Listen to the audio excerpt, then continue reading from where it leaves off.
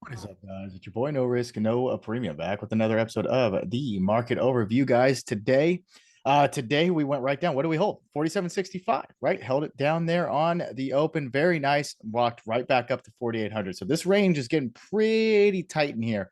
At some point, we're going to break out of it, but until then, you're going to play around the range really quickly. Let's look at the data for tomorrow, as we always do. Really nothing in the pre-market, as you can see. Just have all of that University of Michigan data. That's 1 5-year inflation expectation, consumer sentiment index, et cetera, et cetera. Then you see existing home sales. So that'll be interesting. That's all at 10 a.m. That will definitely spark some movement. Now, as far as cratering the market or ripping the market, I don't know, but you'll definitely see some movement in there. Some volatility will increase. So just be cognizant of that. If you're trading anything, zero date or just short dated tomorrow, with it being Friday. And then we do have some what looks like to be a bunch of Fed speakers coming in to speak. Oil data, looks like some oil rig count, etc. Whatever, all this FTC, whatever. Hopefully, we're done off. Have a tea time somewhere. We're out. Even before the University of Michigan data or shortly thereafter. Okay, so onto the chart here. Looking at the ES chart, as we can see, 47.65 is going to be our zone to the downside. Let's take a peek and watch that area there.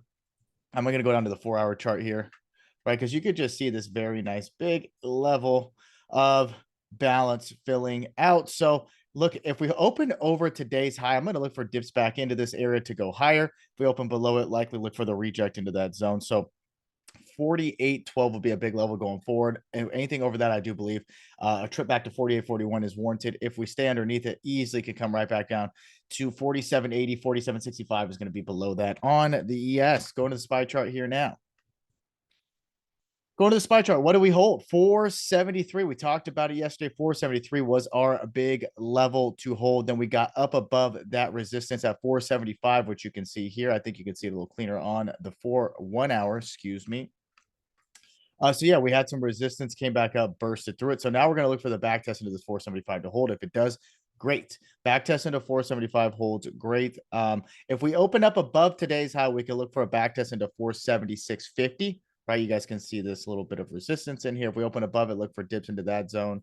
So this was the close right here, right? About 476.50. Open above it, look for the dip back in. If we open below, I'd watch the back test of 475 to hold from there. 478 is going to be big. 480 is all-time high. Would think they tease us with a test of it. QQQ, look at this, breaking out, all-time high, right? All-time high here. Gotta love to see it. Now it's in the after hours, not going to show on the daily chart.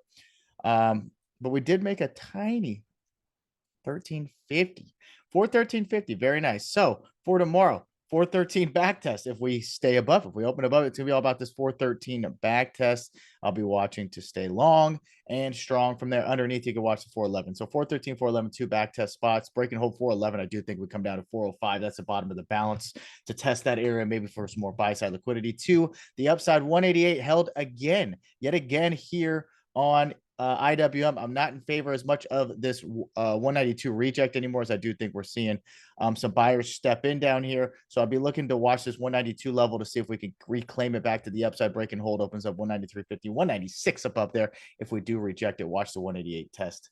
Back down to the bottom side. PayPal update on the swing real quick. Went absolutely nuts today. Day two, insanity.